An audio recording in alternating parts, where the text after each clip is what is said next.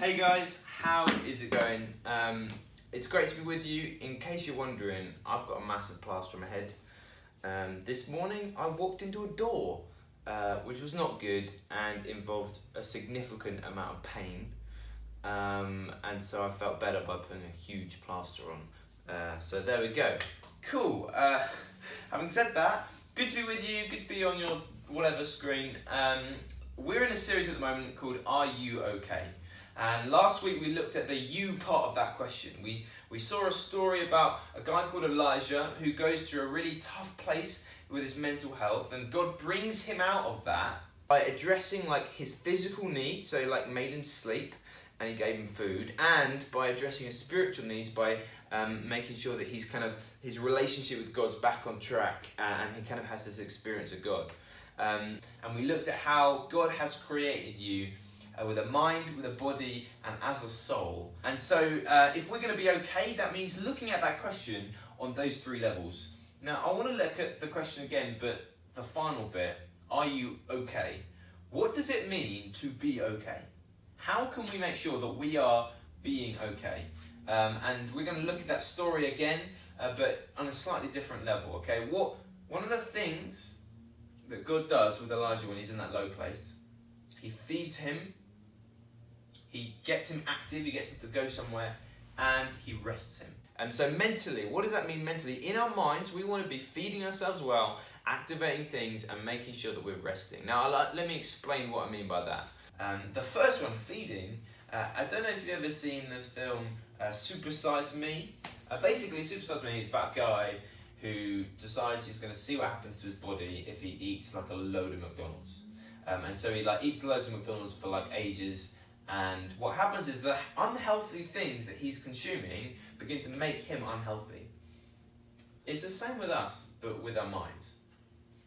Constantly throughout life, social media, Netflix, TikTok and Instagram and Spotify and YouTube, and even just interactions with people at school, they can begin to change the way that we think about ourselves. They can begin to change the way that we view ourselves. Maybe it's, you're not good enough unless you get this, or you're not attractive unless you buy that, or or whatever else it might be. If we begin to take them in, we begin to get unhealthy as well. And so the first thing that we need to do is make sure that we are feeding ourselves well. And that means feeding ourselves on God's truth. So rather than just focusing our energy and letting Netflix or YouTube or whatever change our opinion of ourselves, we listen to what God says about us. We let Him influence how we think about ourselves. God loves you more than you could ever know. He wants the best for you. He has a plan for you. There's potential for you in your life. All of these incredible truths that God has for us, we need to choose to trust them and feed ourselves on them. That's one. Feed. F. Second one is we need to be activating. Okay. I think one of the biggest problems is, in faith and in life just generally, is we know what we probably should be doing, but we actually end up not doing it. Okay, and God says, look, love your neighbour. Turn the attention away from yourself towards other people. He says stuff like, it's more blessed to give than to receive. Jesus constantly communicates this idea that actually life is better for us when we live it for other people. We need to start believing that, and we need to start living it out. Okay. Scientifically, now I didn't just read the Bible on this one, I read science on this one, alright? And scientifically it's proven that actually giving to others, paying attention to others, listening to what other people have to say and caring for them improves our self-esteem, makes us happier, makes us better in a mental state. It's true. So actually making that choice, no, I'm not just going to know what I need to do, I'm going to activate it, I'm going to live it out, I'm going to make it, genuine, make it real, make it active. We need to feed ourselves on truth, we need to activate it, and finally, we need to rest. Now, the idea of resting yourself mentally is quite a simple one, and many people call it mindfulness. Basically, it is stopping, paying attention to what's around you, You know, what can you hear? What can you see?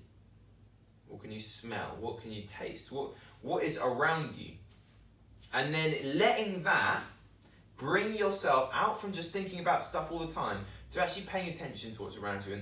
And this does something strange. It actually makes you rest mentally. Makes you mentally rest. The interesting thing about this is it actually leads you to something else though. It leads you to gratitude. It leads you to thankfulness. By choosing to rest, by paying attention to what's around you, makes you more likely to thank God for the things that you have in life. So those are our three things: feeding, activating, and resting.